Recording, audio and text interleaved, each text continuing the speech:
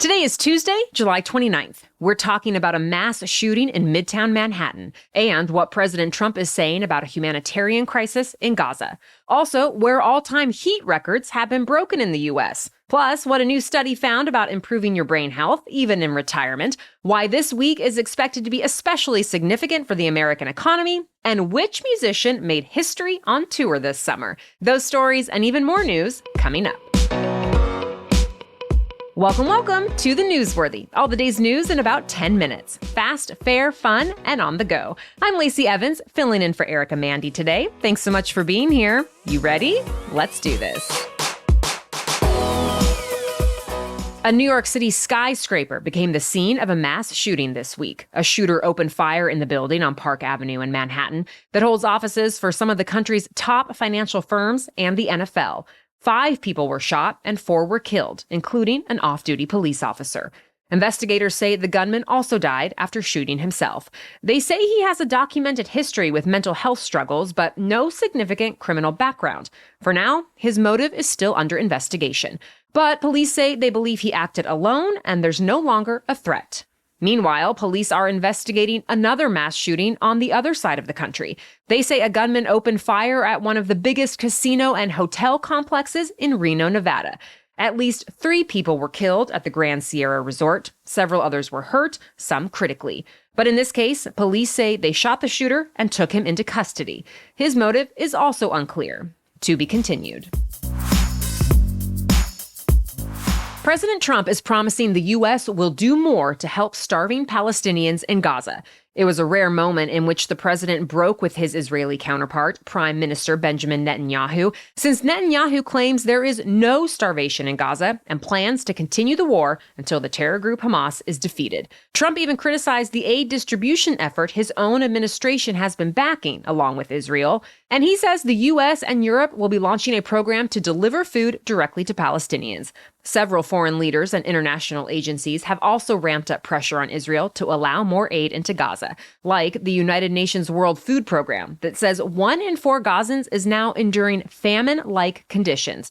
And yesterday, 2 of the best-known Israeli human rights groups accused their government of genocide. But that's something Israel's government says is untrue, insisting that Israel only targets Hamas and not civilians while delivering humanitarian aid. Remember, Israel did take steps to get more aid into Gaza over the weekend, pausing fighting for 10 hours at a time and increasing aid drops. But it's not clear what will come next, especially since Israel still accuses Hamas of stealing aid to sell in Gaza and using the money to fund its war effort. 2 of the Israeli prime minister's senior aides are now in the U.S. to hold talks with White House officials.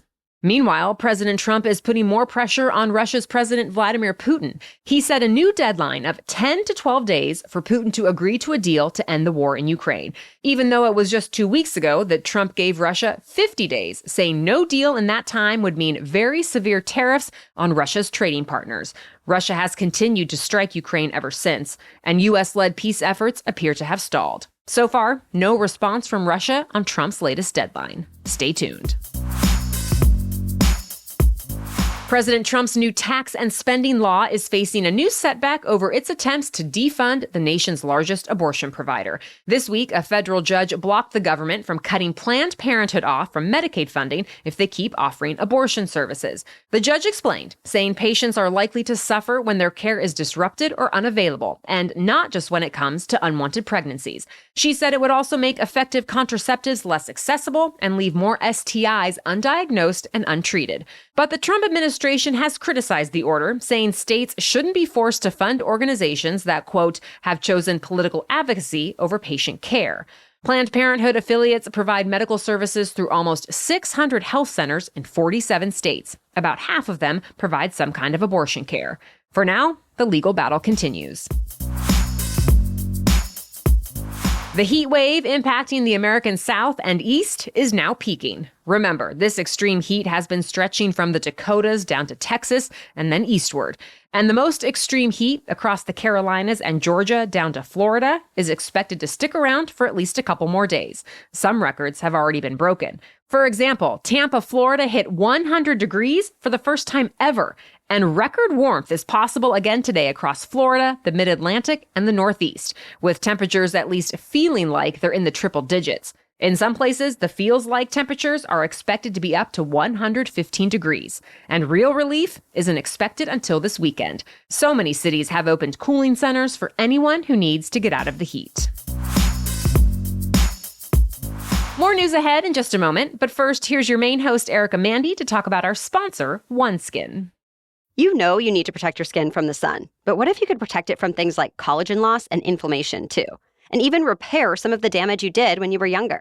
Well, OneSkin's mineral SPFs not only protect skin from UV damage now, but also works at the cellular level to help repair the sun damage from earlier in life. My skin feels smoother and looks brighter. The face SPF is super lightweight. It comes in tinted or untinted. They also have the body SPF, which is water resistant and helps prevent collagen loss. And the new lip SPF hydrates instantly and is scientifically proven to keep your lips healthy and firm. OneSkin is the world's first skin longevity company. By focusing on the cellular aspects of aging, OneSkin keeps your skin looking and acting younger for longer. For a limited time, you can try OneSkin with 15% off using code NEWSWORTHY at oneskin.co. That's 15% off oneskin.co with the code NEWSWORTHY. After your purchase, they'll ask you where you heard about them, so please support our show and tell them we sent you. Now, back to the news. We've heard before how a healthy lifestyle can help keep your brain young. But now, the American Medical Association has published a new large-scale study that found even making lifestyle changes in your senior years could make a big difference when it comes to brain health. This study looked at more than 2,100 Americans in their 60s and 70s, making it the biggest randomized trial to ever examine whether healthy behaviors can protect brain health. All of the people were sedentary, had less than ideal diets, and other risk factors like a family history or high blood pressure. Well, it found those who spent 2 years on a new diet, exercise, and brain training regimen improved their mental abilities despite getting older. And people who started off with lower cognitive scores benefited the most. Now, the Alzheimer's Association plans to spend $40 million to study the participants for a while longer and help communities adopt locally tailored intervention programs. Tesla has inked a major new partnership. CEO Elon Musk announced this week that Samsung will be designing chips for Tesla's AI data centers, self-driving cars, and humanoid robots starting next year. It's all part of a $16.5 billion deal, though Musk says that's the bare minimum, and the contract is likely to grow to be bigger than that. It's all part of Tesla's recent push to expand its business beyond cars. Both Tesla and Samsung saw their stocks rise yesterday on word of their new agreement, whereas Samsung's competitor, Intel, saw stocks drop. Speaking of the stock market, the S&P 500 set an all-time high for the 6th straight day yesterday. But this week could still shake markets, since there's a lot of economic news expected to come out. Hundreds of American companies are lined up to report how much profit they made this spring, including market heavyweights like Apple, Amazon, Meta, and Microsoft. Tomorrow, the Federal Reserve will announce its latest decision on interest rates, and the new jobs report comes out Friday, which is also the deadline for countries to make trade deals with the U.S. or face the tariffs President Trump threatened earlier this year. To be continued. It could soon become a lot more common for shoppers to pay with cryptocurrency. PayPal says it's going to let businesses accept more than 100 different types of crypto at checkout, including Bitcoin and Ethereum. It will also let customers link their wallets like Coinbase and MetaMask. This is a big deal, since right now, PayPal is used by tens of millions of merchants around the world. PayPal says the change should help simplify shopping across borders, and the transaction rate will be lower than what's charged for credit cards. Businesses will be able to opt into a beta version of the new system in the coming weeks. Then, the feature is expected to expand broadly later this year. Music superstar Beyonce wrapped up her Cowboy Carter tour over the weekend, and with that, it officially became the highest-grossing country tour in history, bringing in more than $400 million in earnings. The tour was just 32 dates, which means this was also the shortest tour of any genre to reach the milestone. And fans traveled farther for Cowboy Carter than for any of Beyonce's previous tours, averaging 260 miles per show. The show people traveled the furthest for was the final one in Las Vegas. It featured surprise performances from Jay-Z, Destiny's Child, and Shaboozey. That's it for the main news today, but now it's time for Trivia Tuesday, when we ask a different trivia question every week. But first, Erica is back to talk about our sponsor, Hiya Health. One of the easiest and most consistent parts of my kiddo's morning routine is taking his Hiya Children's Vitamin. He loves the feeling of getting vitamins like mommy every morning, and he loves the taste too. I honestly thought the novelty of it would wear off eventually, but he's been taking these for 2 years now, and he's still loving and benefiting from both the children's vitamins and the probiotics. And I love that Hiya makes a super-powered chewable vitamin that is supporting his immune system, energy, brain function, teeth and bones, and more. And that, unlike many other children's vitamins, there's no sugar and no gummy junk. And by the way, if you're tired of battling with your kids to eat their greens, Hiya now has Kids Daily Greens Plus Superfoods, a chocolate-flavored greens powder designed specifically for kids, packed with 55 whole food ingredients to support brain power, development, and digestion.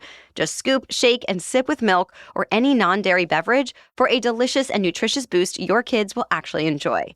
We've worked out a special deal with Hiya for their best-selling children's vitamin. Receive 50% off your first order. To claim this deal, you must go to hiyahealth.com/newsworthy. This deal is not available on their regular website. So go to hiyahealth.com/newsworthy and get your kids the full body nourishment they need to grow into healthy adults. Okay, now back to Trivia Tuesday. And today's trivia question is, what did the world's first vending machine dispense? Listen again next Tuesday for the answer and explanation. As for last week's trivia question, which state's flag was created by a 13-year-old? The answer is Alaska's flag. It was 1927 when the Alaska American Legion sponsored a design contest for children in the 7th through 12th grades. At the time, Alaska wasn't a state, but a territory. And the hope was having an official flag would be a good first step toward gaining statehood. 142 entries came in from schools around Alaska. And in the end, the winner was 7th grader Benny Benson. His design was chosen because it was simple and meaningful. It shows 8 gold-colored stars on a bright blue background. The blue field is meant to represent the Alaskan sky. 7 stars form the Big Dipper, meant to symbolize strength. And the 8th star in the upper right corner represents the North Star and the future of Alaska as the most northern part of the U.S. For winning the contest, Benny was awarded $1,000 and a gold watch. Plus, he earned a meaningful place in Alaska's history. Thanks for joining us to get caught up on the news today. We'll be back tomorrow. For now, have a great day.